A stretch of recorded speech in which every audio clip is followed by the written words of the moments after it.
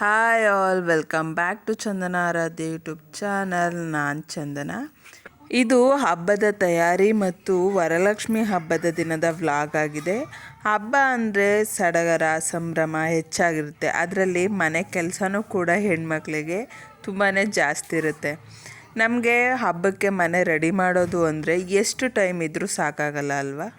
ಮೊದಲಿಗೆ ಮನೇನ ಕ್ಲೀನ್ ಮಾಡಿ ಒರೆಸ್ಬಿಟ್ರೆ ಅರ್ಧ ಕೆಲಸ ಮುಗ್ದೋಗ್ಬಿಡುತ್ತೆ. ನಂತರ ನಾನು ದೇವರಿಗೆ ತಿಂಡಿ ರೆಡಿ ಮಾಡೋಕ್ಕೆ ಅಂತ ಶುರು ಮಾಡಿದೆ. ಮೊದಲಿಗೆ ಚಕ್ಲಿ ಮಾಡೋಕ್ಕೆ 1 ಕಪ್ ಅಳತೆಯಲ್ಲಿ 2 ಕಪ್ ಅಕ್ಕಿ ಹಿಟ್ಟು ಮತ್ತು 1 ಕಪ್ ಮೈದಾನ ತಗೊಂಡು ಅದನ್ನ ಒಂದು ಬಟ್ಟೆಯಲ್ಲಿ ಕಟ್ಟಿ ಈ ರೀತಿ ಒಂದು ಪಾತ್ರೆಯಲ್ಲಿ ಇಟ್ಟು 10 ಅಥವಾ 15 ನಿಮಿಷ ಇದನ್ನು ಈ ರೀತಿ ಸ್ಟೀಮ್ ಮಾಡ್ಕೊಂಡು ಆದಮೇಲೆ ಅದನ್ನು ತೆಗೆದು ಸ್ವಲ್ಪ ಬಿಸಿ ಇದ್ದಾಗಲೇ, ಯಾಕಂದರೆ ಅದು ಫುಲ್ಲು ಗಟ್ಟಿಯಾಗಿರುತ್ತೆ, ಅದನ್ನು ಪುಡಿ ಮಾಡಿ ಜರಡಿ ಇಟ್ಕೋಬೇಕಾಗುತ್ತೆ. ಈ ರೀತಿ ಜರಡಿ ಇಟ್ಕೊಂಡು ಆದಮೇಲೆ ಅದಕ್ಕೆ ಬಿಸಿ ಮಾಡಿರೋ ಎಣ್ಣೆ ಮತ್ತು ಜೀರಿಗೆ, ಎಳ್ಳು, ಉಪ್ಪು ಮತ್ತು ಹಿಂಗನ್ನ ಹಾಕಿ ಉಗುರು ಬೆಚ್ಚಗಿರೋ ನೀರಲ್ಲಿ ಅದನ್ನ ಕಲಿಸ್ಕೊಂಡ್ರೆ ಚಕ್ಲಿ ಹಿಟ್ಟು ರೆಡಿ ಆಗುತ್ತೆ.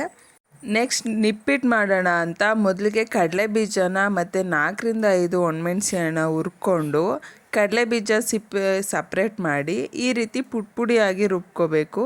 2 ಕಪ್ ಮೈದಾ ಹಿಟ್ಟನ್ನು ತಗೊಂಡು ಅದಕ್ಕೆ ಎಳ್ಳು, ಜೀರಿಗೆ, ಇಂಗು ಹಾಗೆ ರುಚಿಗೆ ತಕ್ಕಷ್ಟು ಉಪ್ಪನ್ನ ಹಾಕಿ ಒಂದು ಸಲ ನೀಟಾಗಿ ಮಿಕ್ಸ್ ಮಾಡಿಕೊಂಡು ನಾರ್ಮಲ್ ವಾಟ್ರನ್ನ ಹಾಕ್ಕೊಂಡು ಚಪಾತಿ ಹಿಟ್ಟನ್ನ ಅದಕ್ಕೆ ಇದನ್ನು ಕಲಿಸ್ಕೋಬೇಕಾಗುತ್ತೆ.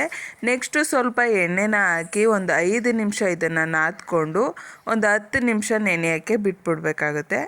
ನಾನು ಮನೇಲಿ ಹಬ್ಬಕ್ಕೆ ಅಂತ 5 ರೀತಿ ತಿಂಡಿ ಮಾಡೋಣ ಅಂತ ಶುರು ಮಾಡಿದ್ದು. ಅದರಲ್ಲಿ 2 ರೀತಿ ತಿಂಡಿ ರೆಡಿ ಆದಮೇಲೆ ಇವಾಗ ಸಿಹಿ ಮಾಡೋಕ್ಕೆ ಶುರು ಮಾಡಿದೆ. ಚಿರೋಟಿ ಮತ್ತು ಕರ್ಜಿಕಾಯಿನ ಮಾಡೋಕ್ಕೆ 4 ಕಪ್ ಆಗೋಷ್ಟು ಮೈದಾ ಹಿಟ್ಟನ್ನು ತಗೊಂಡು ಅದನ್ನು ನೀಟಾಗಿ ಕಲಸಿ ಅರ್ಧ ಸಪ್ರೇಟ್ ಮಾಡಿ ಎತ್ತಿಟ್ಕೊಂಡಿದ್ದೀನಿ. ಕರ್ಜಿಕಾಯಿ ಮಾಡೋಕ್ಕೆ ಇವಾಗ ಬಿಳಿ ಎಳ್ಳನ್ನು 2 ಕಪ್ ಆಗೋಷ್ಟು ಬಿಳಿ ಎಳ್ಳನ್ನು ಹಾಕ್ಕೊಂಡು ಅದನ್ನು ನೀಟಾಗಿ ಹುರ್ಕೋತಾ ಇದ್ದೀನಿ. ಇದೆಲ್ಲ ಹುರಿದಾದ್ಮೇಲೆ ಅದೇ ಕಪ್ ಅಳತೆಯಲ್ಲಿ 2 ಕಪ್ ಆಗೋಷ್ಟು ಕಡಲೆನ ತಗೊಂಡು ಅದಕ್ಕೆ ಏಲಕ್ಕಿನ ಆ್ಯಡ್ ಮಾಡಿಕೊಂಡು ಅದನ್ನು ರುಬ್ಕೋತಾ ಇದ್ದೀನಿ. ಇವೆರಡು ರೆಡಿ ಆದಮೇಲೆ ನೋಡಿ ಈ ರೀತಿ ಹಿಟ್ಟನ್ನೆಲ್ಲ ರೆಡಿ ಮಾಡಿಕೊಂಡು ಎಣ್ಣೆ ಇಟ್ಟು ತಿಂಡಿನ ಬೇಯಿಸೋಕ್ಕೆ ಶುರು ಮಾಡಿದೆ. ಮೊದಲಿಗೆ ಚಿರೋಟಿನ ರೆಡಿ ಮಾಡಿಕೊಂಡು ಸಿಹಿ ತಿಂಡಿನ ಮೊದಲಿಗೆ ಎಣ್ಣೆಯಲ್ಲಿ ಬೇಯಿಸ್ಕೊಂಡು ಇನ್ನು ಉಳಿದ ತಿಂಡಿನ ನಂತರ ಬೇಯಿಸ್ಕೊಂಡೆ. ದೇವ್ರ ಮುಂದೆ ಇಡೋಕೆ ಅಂತ ರೆಡಿ ಮಾಡಿರೋದ್ರಿಂದ ಸ್ವಲ್ಪ ದೊಡ್ಡ ಪ್ರಮಾಣದಲ್ಲಿ ರೆಡಿ ಮಾಡಿಕೊಂಡೆ, ಚೆನ್ನಾಗಿ ಕಾಣಿಸುತ್ತೆ ಅಂತ. ಎಲ್ಲ ಕೆಲಸ ಜಾಸ್ತಿ ಆಗಿರೋದ್ರಿಂದ ತುಂಬ ವಿಡಿಯೋ ಸ್ಕಿಪ್ ಆಗಿದೆ, ಅದಕ್ಕೆ ಸಾರಿ ಕೇಳ್ತಾ. ಇದನ್ನೆಲ್ಲ ರೆಡಿ ಮಾಡೋವ್ರಿಗೆ ಟೈಮ್ 10 ಗಂಟೆ ಆಗಿತ್ತು. ಈ 5 ರೀತಿ ತಿಂಡಿ ಮಾಡಿದ್ದೀನಿ. ಚಿರೋಟಿ, ರವೆ ಉಂಡೆ, ಕರ್ಜಿಕಾಯಿ, ನಿಪ್ಪಟ್ಟು ಮತ್ತು ಚಕ್ಲಿನ ರೆಡಿ ಮಾಡಿಕೊಂಡೆ. 1 ರೌಂಡ್ ಅಡುಗೆ ಮನೆನ ಕ್ಲೀನ್ ಮಾಡಿಕೊಂಡು ನಾಳೆ ತಿಂಡಿಗೆ ಪುಳಿಯೋಗರೆ ಗೊಜ್ಜನ್ನು ಕೂಡ ರೆಡಿ ಮಾಡಿಕೊಂಡೆ. ಹಾಗೆ ದೇವ್ರಿಗೆ ಉಡಿಸುವಂಥ ಸೀರೆನ ನೆರಿಗೆ ಮಾಡಿ ಇಟ್ಕೊಂಡೆ. ನಾನು ವಿಡಿಯೋ ಮಾಡಿದ್ನಲ್ಲ ದೇವ್ರಿಗೆ ಸೀರೆ ಉಡಿಸೋ ರೀತಿ, ಅದೇ ರೀತಿ ಈ ಸೀರೆನೂ ಕೂಡ ರೆಡಿ ಮಾಡಿ ಇಟ್ಕೊಂಡೆ. ಇದು ಹಬ್ಬದ ದಿನ. ಪ್ರತಿ ವರ್ಷ ಶ್ರಾವಣ ಮಾಸದ 2ನೇ ಶುಕ್ರವಾರ ಬರುವ ಹಬ್ಬವೇ ವರಮಹಾಲಕ್ಷ್ಮಿ ಹಬ್ಬ. ಎಲ್ಲ ಹೆಣ್ಮಕ್ಳಿಗೂ ಪ್ರಿಯವಾದ ಹಬ್ಬ. ಪುರಾಣದ ಪ್ರಕಾರ ಲಕ್ಷ್ಮಿಯು ಕ್ಷೀರಸಾಗರದಿಂದ ಅವತಾರ ತಾಳ್ತಾಳೆ ಅಂತ ಹೇಳ್ತಾರೆ. ಹಬ್ಬದ ದಿನ ಮನೆಯ ಅಂಗಳದಲ್ಲಿ ರಂಗೋಲಿ, ತೋರಣಗಳಿಂದ ಅಲಂಕರಿಸಿ ಮಡಿಯಲ್ಲಿ ದೇವರಿಗೆ ಪೂಜೆಯನ್ನು ನಡೆಸಬೇಕು. ಲಕ್ಷ್ಮಿಯನ್ನು ನಾವು ಮನೆಯಲ್ಲಿ ಕಳಶದ ರೂಪದಲ್ಲಿ ಪೂಜಿಸ್ತೇವೆ.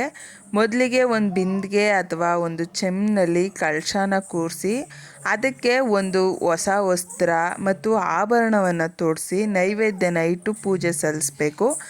ದೇವರಿಗೆ ವಿಜೃಂಭಣೆಯಿಂದ ಪೂಜೆ ಮಾಡಬೇಕು ಅಂತ ಏನಿಲ್ಲ, ನಮಗೆ ಅನುಕೂಲ ಇರೋ ಹಾಗೆ ಭಕ್ತಿಯಿಂದ ಪೂಜೆ ಮಾಡಿದ್ರೆ ಸಾಕಾಗುತ್ತೆ.